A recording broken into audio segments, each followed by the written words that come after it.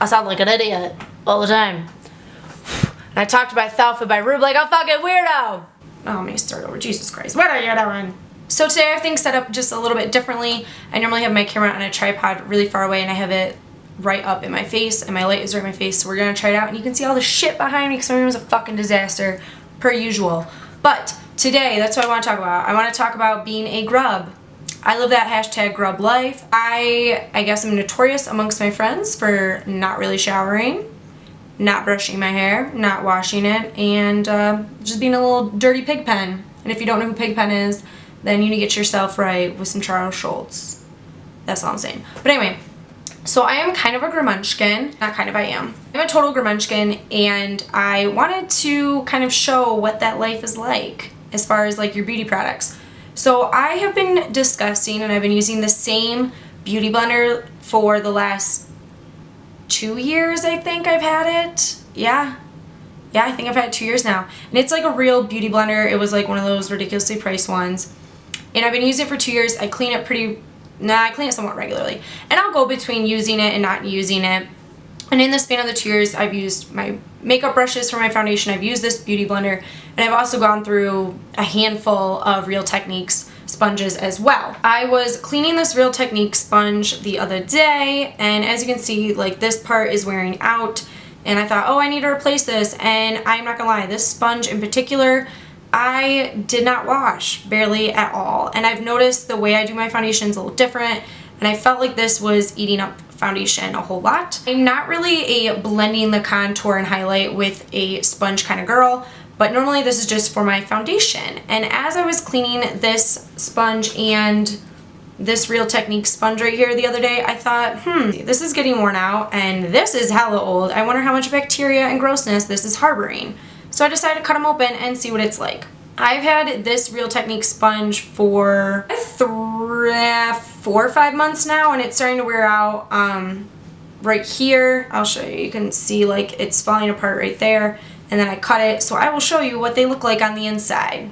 So the Real Tech, we'll start with my beauty blender.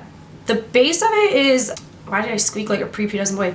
The base right here is normally where I do my foundation, and then the tip of it is what I use for my under eye. So I cut it this way, and this is what 2-year-old beauty blender looks like on the inside. I was actually really surprised. I don't know if I can. This is after 2 years of using this beauty blender sponge. You can see, hopefully it stays in focus. You can see the outside of the sponge is really dull and also has the makeup stuck to it. Like this makeup color on it is a permanent stain. It will not come out no matter what I do to wash it. And then the dinginess on the side where the pink has come out actually happened when I washed it. But the inside of the beauty blender is still a really nice bright pink like they are notorious for having. And then I took that piece again and cut it open. And I was actually very much surprised. I was actually very surprised at how clean it was. You can see there's some staining here at the tips. But overall, I thought that they were pretty clean on the inside for using them for 2 years. And I've actually just continued to use them this last week because it's still decent. It's clean, so why not? And then this is what the inside of the tip looked like.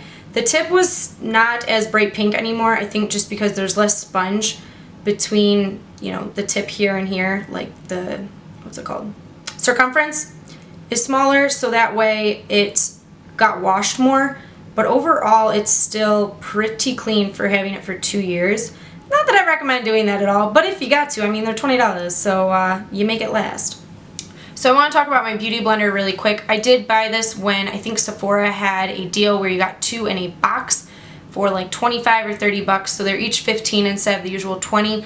But I know when I first bought my beauty blender, I was a broke graduate student and I did not have money to have it suck or to throw it away in a few months. The overall body of this beauty blender really has kept up well. There's a few spots here where some of the sponge is starting to wear out, but overall this sponge is still in really good shape, and cutting it kind of killed me slowly. But I figured I might as well look inside of it since it was 2 years old. And like I said, when it was zoomed in, you can see that here, this is still very bright pink, and that the tip here still does absorb a lot of foundation, and it is permanently staying that way, but I was actually surprised it didn't permeate further down in the sponge, which kind of gave me peace of mind that there wasn't like a whole bunch of like shit up in here and that I clean it pretty well.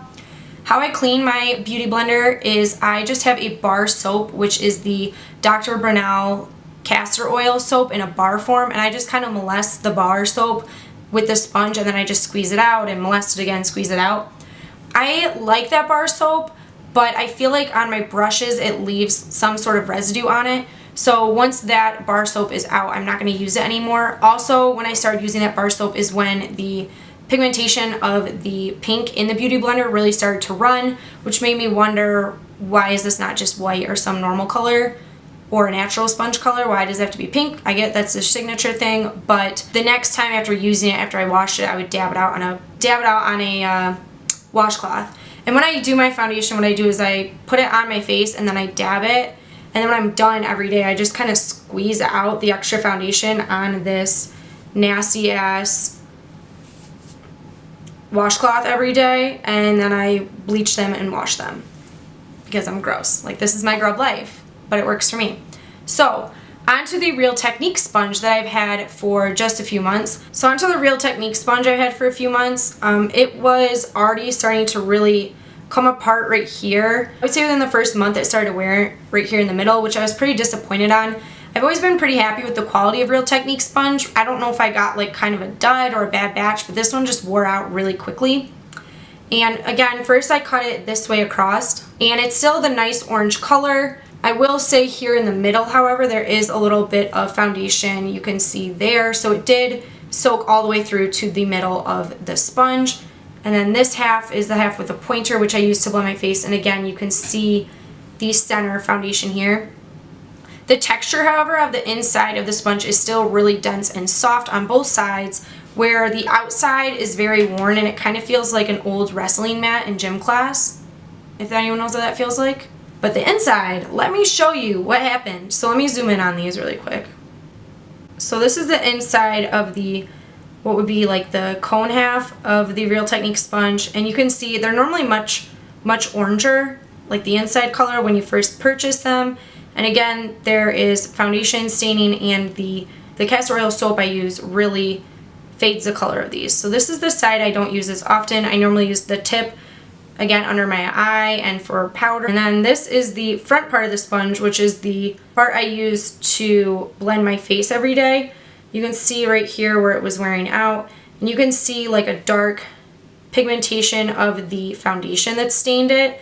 And I thought it was kind of weird that it was grayish. So I decided to cut this bad boy open, and look at what I got. Let me turn this over and then zoom in. This is the inside of my Real Technique sponge. As you can see, there is so much buildup in this thing. I can't even describe to you what it felt like to cut this open and just feel so dirty. This right here, the black stuff, I can only assume is mold.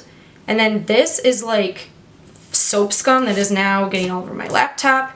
So that's soap buildup, and then it permeates down into the sponge, more gray and grossness. Okay, so my best friend called me, so I was talking to him. But anyway, what I'm finishing up saying is that this thing, let's look at it again.